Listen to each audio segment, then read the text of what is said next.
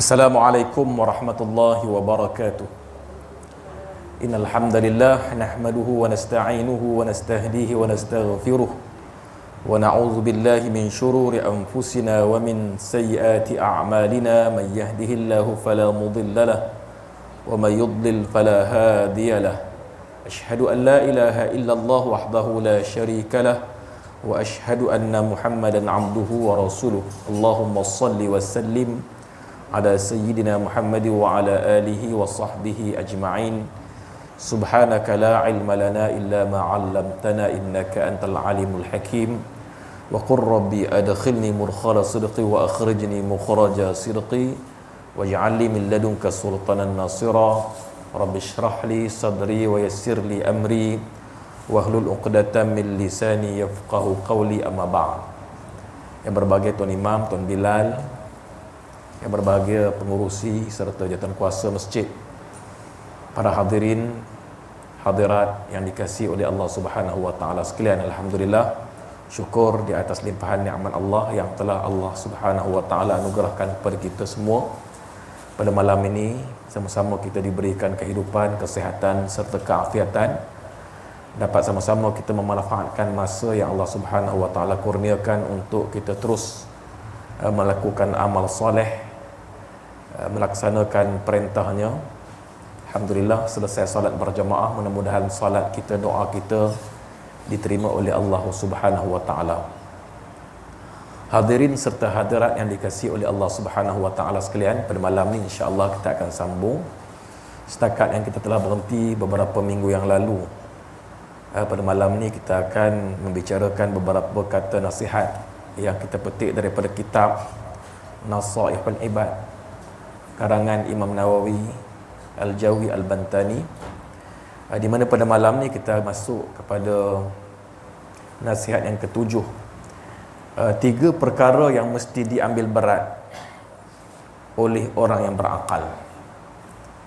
Bagi mereka yang berakal, mereka gunakan akal yang Allah Subhanahu wa taala anugerahkan untuk melakukan perkara-perkara yang bermanfaat. Diriwayatkan daripada Nabi Daud alaihi salam, ada berkata, telah diwahyukan dalam kitab Zabur, yang merupakan salah satu daripada kitab Samawi yang Allah Subhanahu wa taala turunkan kepada Nabi Daud, yang menyebutkan haqqun 'alal 'aqili alla yastaghilla illa bi thalath tazawudin lima'adin wa mu'natin lima'ashin wa talabil ladzatin bihalalin. Yang bermaksud hak atas orang yang berakal adalah jangan sibuk melainkan dengan 3 perkara. Yang pertama, menghimpun bekalan ataupun menambahkan bekalan untuk hari akhirat. Yang kedua, mencari biaya ataupun mencari belanja untuk sekadar yang dapat bagi meneruskan kehidupan. Dan yang terakhir, mencari kelazatan dengan cara yang halal. Kelazatan, kesenangan, kenikmatan dalam hidup. Bekalan akhirat dihimpun dengan melakukan perbuatan yang soleh. Dan tentunya sebaik-baik bekalan adalah taqwa. Sebagaimana firman Allah Subhanahu wa taala, wa tazawwadu fa inna khairaz zadit taqwa. Dan carilah bekalan, sebaik-baik bekalan adalah bertakwa kepada Allah Subhanahu wa taala, dalam erti kata mentaati segala perintahnya dan meninggalkan segala tegahan ataupun larangannya.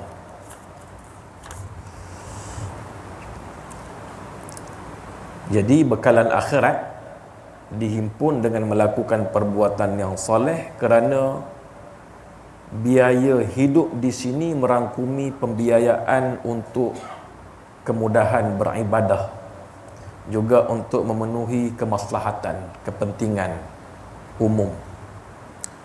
Adapun dalam mencari sesuatu, maka wajib cari yang halal dan dengan cara yang halal. Dengan demikian, orang yang terdahulu, orang yang terlalu menyibukkan diri semata-mata untuk mengumpulkan kekayaan yang tak dimanfaatkan untuk kemudahan beribadah, disifatkan sebagai orang yang tak berakal. Kumpulkan kekayaan tapi tak digunakan kekayaan itu untuk dimanfaatkan ke jalan-jalan yang membawa dekat diri kepada Allah Subhanahu wa taala ataupun beribadah. Jadi itu dianggap sebagai orang yang tak memanfaatkan akal. Orang yang berakal iaitu mereka yang mengutamakan akhirat berbanding dunia.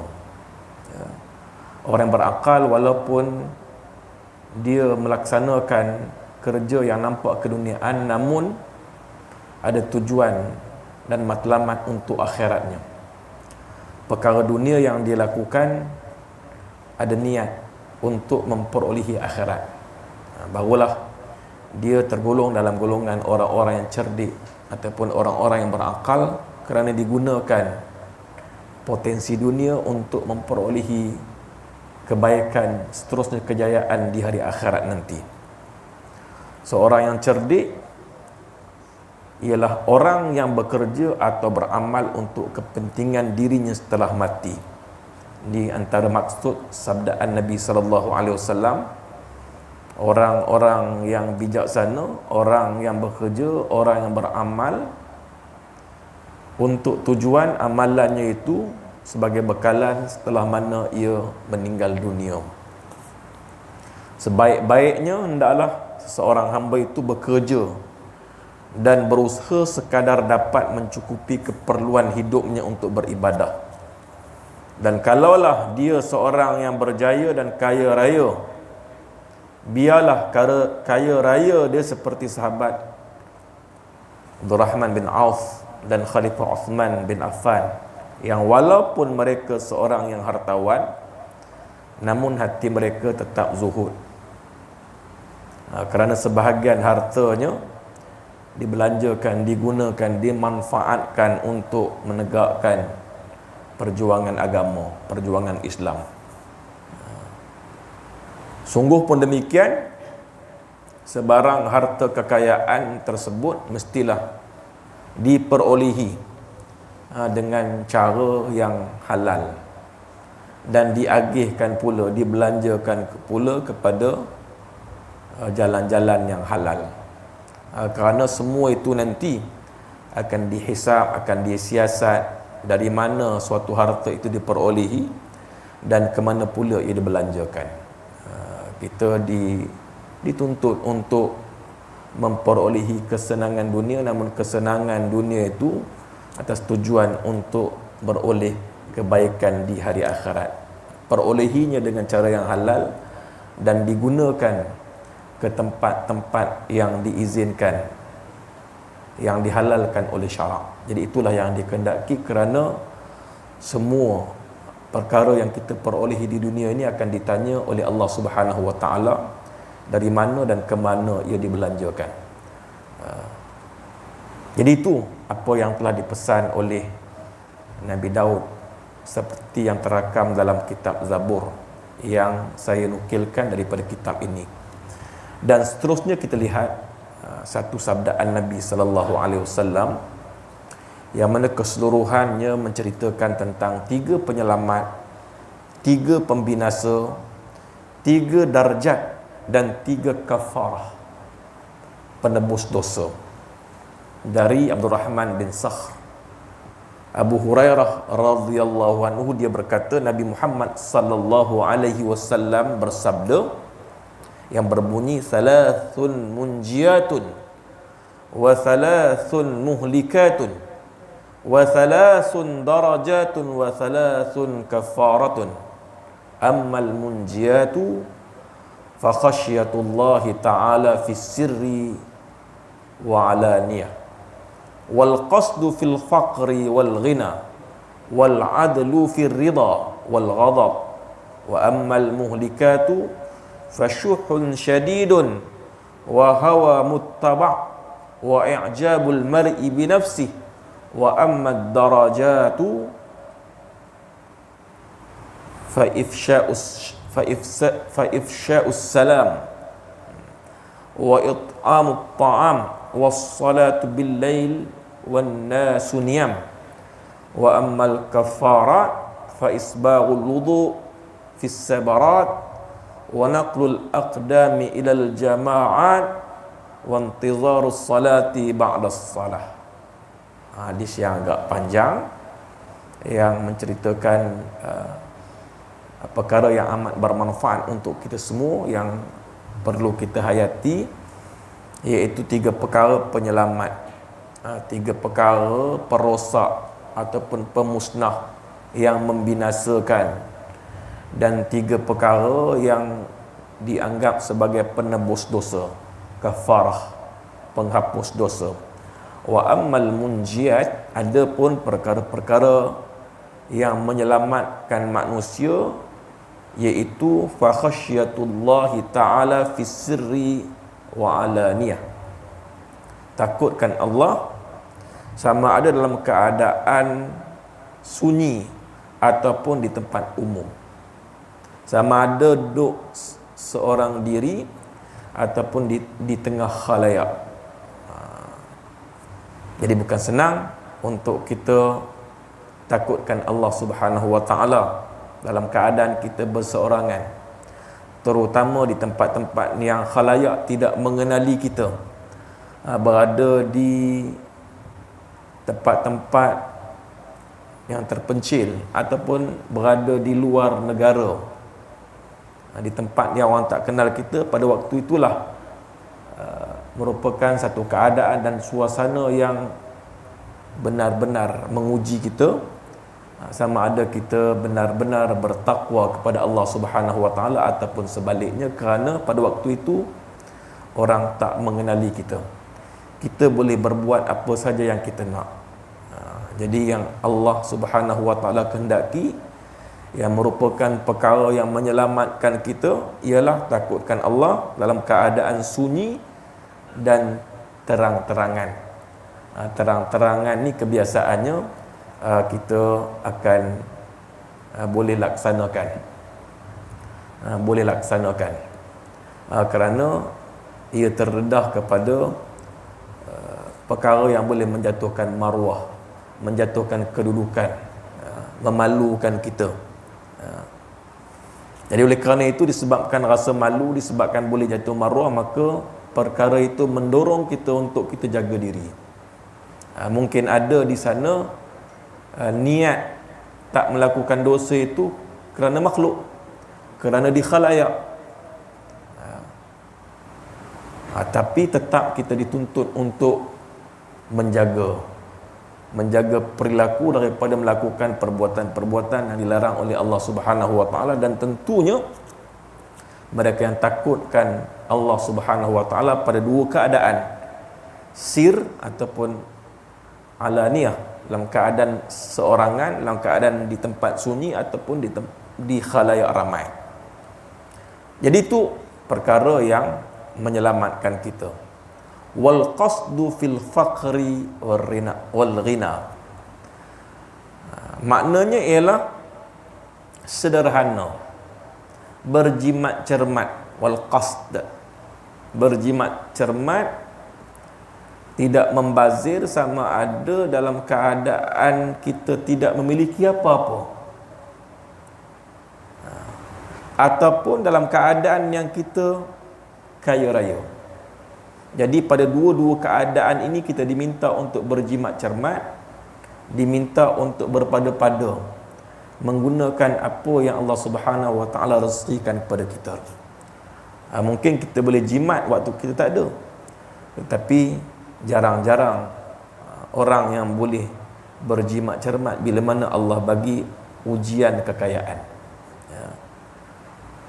Kekayaan merupakan ujian, kesusahan merupakan ujian, sihat merupakan ujian, sakit pun ujian, senang ujian, susah pun ujian. Jadi begitulah kehidupan kita. senantiasa diuji oleh Allah Subhanahu wa taala untuk dilihat siapakah di kalangan kita yang terbaik amalannya di sisi Allah Subhanahu wa taala. Dalam konteks ini kita diminta untuk berjimat cermat, sama ada dalam keadaan susah ataupun senang.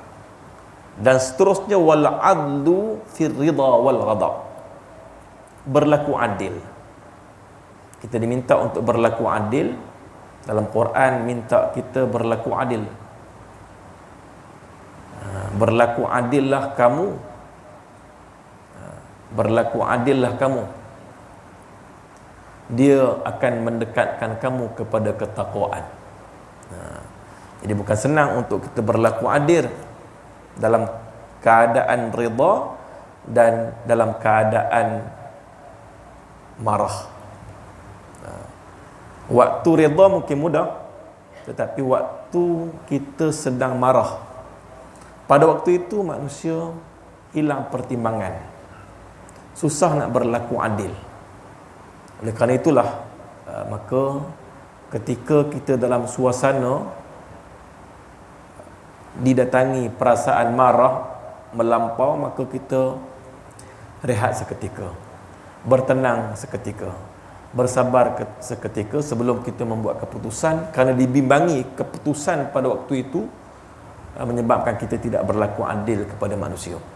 Sedangkan Allah minta kita senantiasa berlaku adil. Innallaha ya'murukum bil adli wal ihsan. Dalam Al-Quran, dan khatib senantiasa mengingatkan kita untuk kita berlaku adil, kerana berlaku adil itu merupakan antara perintah Allah Subhanahu wa taala kepada kita.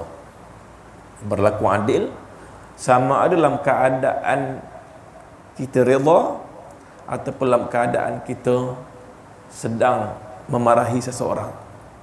Ada perasaan marah kita pada seseorang yang kemungkinan dalam situasi itu kita payah untuk melakukan keadilan. Jadi inilah tiga keadaan yang menyelamatkan kita daripada api neraka Allah Subhanahu wa taala. Wa ammal muhlikat, adapun perkara-perkara yang membinasakan. Tadi perkara yang menyelamatkan kita, takutkan Allah dalam keadaan bersendirian ataupun dalam keadaan sunyi ataupun terang-terangan, berekonomi ataupun berpada ketika berbelanja, dalam keadaan senang ataupun susah, fakir ataupun kaya, dan berlaku adil dalam keadaan redha ataupun marah. Dan perkara yang membinasakan, fasyuhun syadid. Fasyuhun syadid ni maknanya ialah kedekut keterlaluan, bakhil keterlaluan. Semua orang ada perasaan sayangkan harta, tak ada seorang pun tak ada perasaan sayangkan harta, ya. Jadi akibat terlalu sayangkan harta, mungkin itu merupakan antara sifat kedekut yang ada pada diri, ya. Tapi jangan keterlaluan, ya. Perlu dibelanjakan, perlu digunakan untuk diri kita, untuk keluarga, dan juga untuk maslahat umum. Jadi oleh kerana itulah Allah Subhanahu wa taala memerintahkan kita untuk bersedekah, untuk berzakat, biar harta yang kita miliki itu senantiasa berkembang. Az-zakatu lughatan an-numu. Zakat pada segi bahasanya ialah berkembang biak, mengeluarkan sebahagian kecil daripada harta yang Allah Subhanahu wa taala kurniakan, menyebabkan harta itu akan berkembang biak sesuai dengan makna bahasa perkataan zakat yang bermakna an-numu, bertambah ataupun berkembang biak. Dan juga zakat ini dia berfungsi untuk membersihkan harta, juga berfungsi untuk membersihkan hati kita daripada sifat kebakhilan, daripada sifat kedekut. Peranan zakat dalam kehidupan manusia yang bukan setakat membantu golongan yang susah daripada harta kita, bahkan dia membentuk diri kita menjadi orang yang budiman, orang yang pemurah, orang yang tidak kedekut. Jadi Allah Subhanahu Wa Taala didik kita supaya kita menjadi insan yang pemurah dan belas kasihan kepada orang lain, dengan cara mengeluarkan sebahagian kecil harta yang Allah Subhanahu Wa Taala anugerahkan kepada kita melalui perintah ataupun kewajipan zakat. Qimus solah wa atuz zakah. Dirikan salat dan selepas itu keluarkan zakat. Dan betapa penting infak ini dalam kehidupan beragama. Allah Subhanahu Wa Taala sebut dalam banyak ayat yang menceritakan tentang betapa besar kelebihan kita berinfak, pahalanya berganda-ganda. Diibaratkan seperti pohon yang tumbuh 7 tangkai, kemudian daripada tangkai itu akan bercambah lagi biji-biji benih, bunga-bunga. Jadi begitulah gambaran yang Allah Subhanahu Wa Taala nyatakan dalam Quran, fadilat, kelebihan bagi mereka yang membelanjakan harta untuk kemaslahatan umum, untuk kepentingan manusia. Wa anfiqu mimma razaqnakum min qabli an ya'tiya ahadakumul maut fayaqula rabbi laula akhartani ila ajalin qarib fa asaddaqa wa akum minas salihin. Itu antara ayat yang Allah Subhanahu Wa Taala gambarkan kepada kita betapa manusia yang tak pernah ataupun kurang menginfakkan hartanya ke jalan Allah Subhanahu Wa Taala, apabila dia nak mati minta Allah tangguhkan ajalnya, tangguhkan masa mati untuk dia berinfak. Tapi masa telah pun Allah Subhanahu Wa Taala tetapkan masa kematian, tak dapat dia nak patah balik lagi, maka dia tidak akan dapat berbuat kebaikan setelah mana ajal telah sampai di penghujungnya. Masa telah pun sampai kepada saatnya, maka pada waktu itu timbullah penyesalan. Betapa Allah Subhanahu Wa Taala didik kita untuk kita buang penyakit kedekut, keterlaluan ini dengan berzakat dan berinfak ataupun sedekah sunat. Wa hawa muttabaq, ini semua perkara yang membinasakan manusia. Kedekut yang terlajak dan ikut hawa nafsu. Wa hawa muttabaq, antara musuh yang paling dekat dengan kita adalah hawa nafsu kita. Hawa nafsu kita merupakan musuh yang paling dekat. Siapa yang merasakan bahawa ada musuh yang lebih utama selain daripada nafsunya, maka dia belum kenal dirinya sendiri. Kerana musuh yang paling besar bagi diri kita ialah nafsu kita. Nafsu yang tak dapat dikawal, nafsu yang tak dapat dijaga adalah syahwat. Inna nafsa la ammaratum bisu. Nafsu ni sentiasa ajak untuk melakukan keburukan. Nafsu nakkan kesenangan, nafsu nakkan kerehatan. Jadi semuanya nafsu yang akan bawa kepada perkara-perkara yang akhirnya kita terlalai, terleka, dan mungkin terjerumus melakukan salah silap, dosa dan maksiat.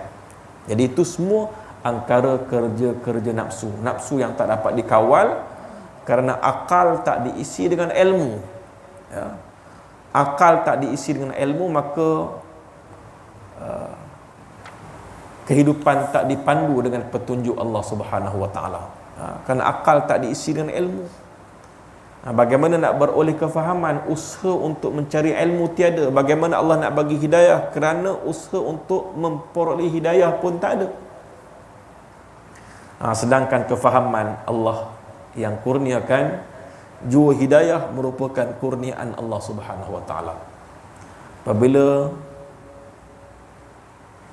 akal diisi dengan ilmu, maka hati akan tentunya membuat keputusan berdasarkan apa yang diputuskan oleh akal, bukan terikut dengan nafsu. Jadi orang yang ikut nafsu, maka dia tergolong dalam golongan orang-orang yang akan mendapat kecelakaan, akan mendapat kebinasaan. Wa hawa muttaba', terikut rontonan hawa nafsu. Dan seterusnya perkara yang membinasakan manusia, wa i'jabul mar'i bi nafsihi, rasa pelik dengan kebolehan diri, dan ia akan membawa kepada merasakan bahawa orang lain tak sempurna, dia saja yang sempurna. Orang lain tak hebat, dia saja yang hebat. Dia saja yang bagus, orang lain kurang bagus. Jadi ini apabila penyakit, dirasakan dirinya sempurna, terasa dirinya hebat dengan ilmu, dengan pengalaman, dengan kedudukan, barangkali kata-katanya menampakkan yang dianya menjatuhkan, merendahkan pandangan-pandangan orang lain, meremeh-temehkan pandangan-pandangan orang lain. Sedangkan Islam meminta kita supaya kita meraihkan pandangan, mengambil pandangan-pandangan berdasarkan kepada syura, berdasarkan kepada pandangan ramai. Jadi seorang pengurusi, contoh pengurusi majlis, pengurusi mesyuarat, pengurusi dia hanya mengendalikan majlis, mengendalikan mesyuarat, dia hanya merumuskan pandangan-pandangan, dan dia buat keputusan berdasarkan pada pandangan-pandangan yang diberikan, bukan menggunakan kuasa otonomi yang ada pada dia, kuasa mutlak yang ada pada dia, tak. Jadi dia akan menimbang tara pandangan-pandangan orang lain. Jadi ini akan berlaku kepada mereka yang tak sombong, yang tak bongkak, yang tak ego, dan yang tidak merasa takjub dengan kelebihan diri. Inilah kita sebut i'jabul mar'i bi nafsihi, takjub dengan diri sendiri. Ini adalah salah satu daripada perkara-perkara yang akan membinasakan manusia. Ya. Saya ulang balik, perkara-perkara yang akan membinasakan manusia ialah kedekut ataupun bakhil tanpa kawalan, yang bakhil, yang keterlaluan, terikut dengan hawa nafsu, dan memandang rendah pandangan orang lain dan merasakan diri begitu hebat. Ya. Jadi kita diajar oleh agama untuk nampak kehebatan orang lain, jangan nampak kelemahan orang lain terlebih dahulu. Mungkin semua orang ada kelemahan, tapi biarlah kita nampak kekuatan, kelebihan yang ada pada seseorang berbanding kelemahan yang ada padanya. Baik, seterusnya, wa ammad darajat, adapun perkara-perkara yang mengangkatkan darjat manusia di sisi Allah Subhanahu wa taala, iaitu ifsya'us salam. Ifsya'us salam, bagi salam. Jumpa orang bagi salam, sama ada yang dikenali ataupun yang tak dikenali, bukan menunggu orang lain memberi salam. Ya, jadi kalau boleh kita berlumba untuk bagi salam dulu, bukan kita menunggu salam. Jadi itu adab yang Allah Subhanahu wa taala ajar bagi penganut agama Islam kita semua, ya, supaya kita sentiasa mendoakan keselamatan terhadap saudara muslim kita yang lain. Assalamualaikum warahmatullahi. Jadi itu antara kata-kata jumpa bagi salam. Ya. Kemudian adalah adab-adabnya, yang berdiri bagi salam kepada yang duduk, yang berkenderaan bagi salam kepada yang tak berkenderaan, yang muda bagi salam kepada yang tua. Jadi begitulah adab yang mana yang perlu diutamakan. Malah tak ada salah pun kalau yang tua bagi salam dulu. Sebab apa? Yang muda leka lalai, tak tahu, tak diajar, tak dididik. Jadi diperlukan didikan, kita bagi salam. Yang tua bagi salam, yang senior bagi salam kepada yang muda, dan nanti yang muda akan berasa patutnya aku dulu bagi salam, bukannya orang senior, orang tua bagi salam dulu. Jadi itu mungkin salah kita tak didik, kita tak ajar, kita tak asuh, dan kita tak boleh nak menyalahkan budak-budak remaja ataupun kanak-kanak kecil kerana mereka dalam proses untuk belajar. Ifsya'us salam, mendoakan keselamatan dan kesejahteraan. Keselamatan, kesejahteraan milik mutlak adalah Allah Subhanahu wa taala. Allahumma antas salam minkas salam wa ilaika ya'udus salam fa hayna rabbana bis salam wa adkhilnal jannata daras salam tabarakta rabbana wa ta'alaita ya dzal jalali wal ikram. Ya, jadi keselamatan, kesejahteraan semua daripada Allah Subhanahu wa taala. Ya. Dan begitu juga kita sejahtera, kita selamat dengan nikmat iman, nikmat Islam. Islam yang membawa erti selamat sejahtera. Bila kita berada dalam Islam, agama Allah Subhanahu wa taala, kita dijamin selamat. Dijamin selamat dunia akhirat. Dijamin keselamatan oleh keadilan Islam.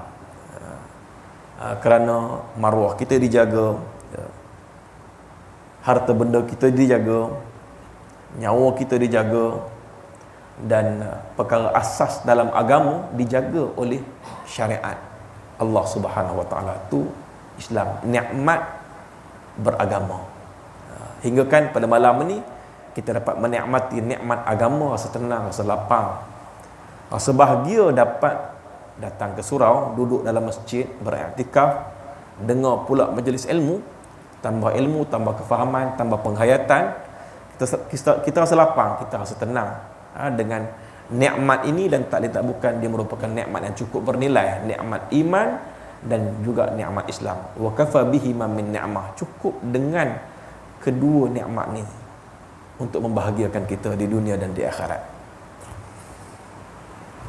Wa it'amut ta'am, dan bagi orang makan. Apatah lagi orang yang sedang dalam kelaparan, orang yang memerlukan pertolongan dan bantuan. Jamu orang makan ni antara tuntutan agama. Buat kenduri, jemput orang datang ke rumah, jamu makan. Selain daripada kita menyempurnakan hajat kita, bahkan kita dapat bersilaturahim, dapat merapatkan hubungan, dan ada niat-niat kita, dan itu merupakan perkara yang digalakkan, yang mana dengan perbuatan itu ikhlas kerana Allah, Allah akan angkatkan darjat di sisinya. Ya. Angkatkan darjat di sisi Allah Subhanahu wa taala.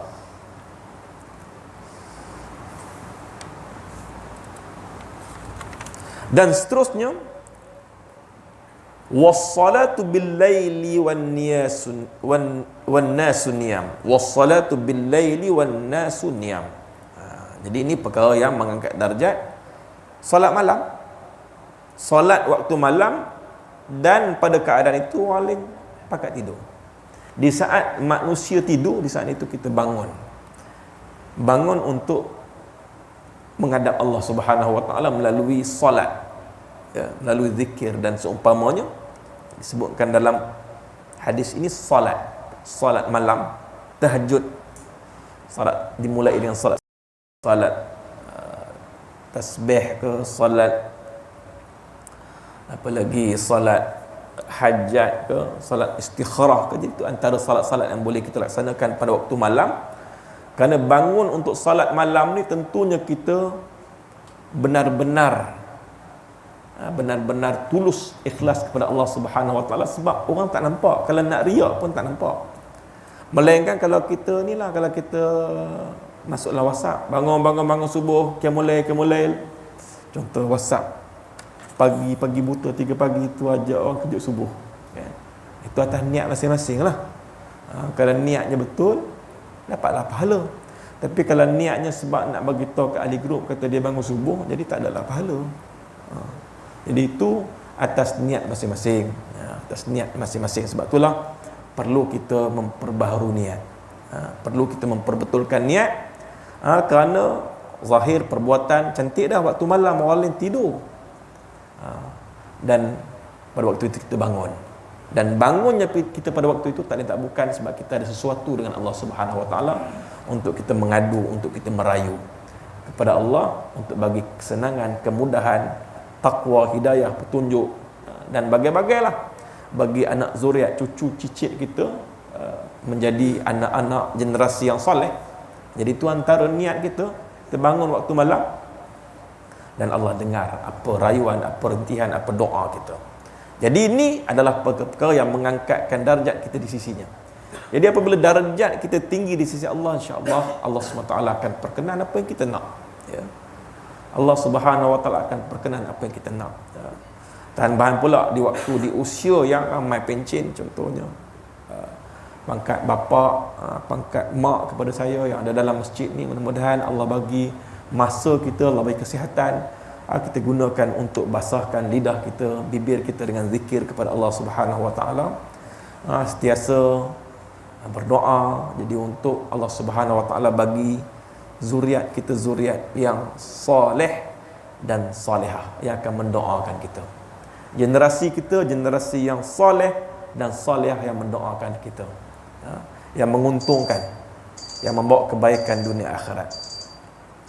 Wa ammul kafarat, dan ada pun kafarat penembus dosa ialah sempurnakan wuduk pada waktu dingin bagi tempat yang dingin, dan pada waktu panas bagi tempat yang panas. Ni keadaan yang sukar, keadaan yang payah. Jadi basuh, menyempurnakan wuduk salah satu cara untuk kita mengikis ataupun menghapuskan dosa. Wa naqlul aqdami ilal jama'at, dan banyak langkah ataupun melangkah ke masjid. Langkah ke masjid ini akan dikira pahala, sama ada berjalan kaki, naik kenderaan, motor, kereta dan sebagainya, semuanya dinilai oleh Allah Subhanahu Wa Taala yang akan menghapuskan dosa-dosa kesalahan kita. Dan yang terakhir, wantizarus salati ba'da salah, penantian, penungguan kita untuk solat berikutnya. Kalau waktu ini menanti kita untuk menunaikan solat Isyak, diisi dengan i'tikaf, diisi dengan halaqah ilmu, kita akan beroleh banyak pahala, dan antaranya adalah dosa kita diampunkan oleh Allah Subhanahu Wa Taala. Itu saja perkongsian kita pada malam ini. Hadis Nabi SAW yang agak panjang, yang menceritakan tentang 3 perkara, 3 penyelamat, 3 pembinasa, 3 darjat dan 3 kafarat. Sekian yang baik daripada Allah, yang kurang daripada kelemahan diri saya sendiri. Aqulu qawli hadza astaghfirullahal azim li wa lakum. Assalamualaikum warahmatullahi wabarakatuh. Bismillahirrahmanirrahim. Allahumma zidna ilma warzuqna fahma. Allahumma zidna ilma warzuqna fahma. Allahumma zidna ilma warzuqna fahma birahmatika ya arhamar rahimin. Subhanakallah bihamdika asyhadu an la ilaha illa ant astaghfiruka wa atubu ilaik. Sallallahu ala sayyidina Muhammad. Alhamdulillah rabbil alamin. Qabbalallahu minkum.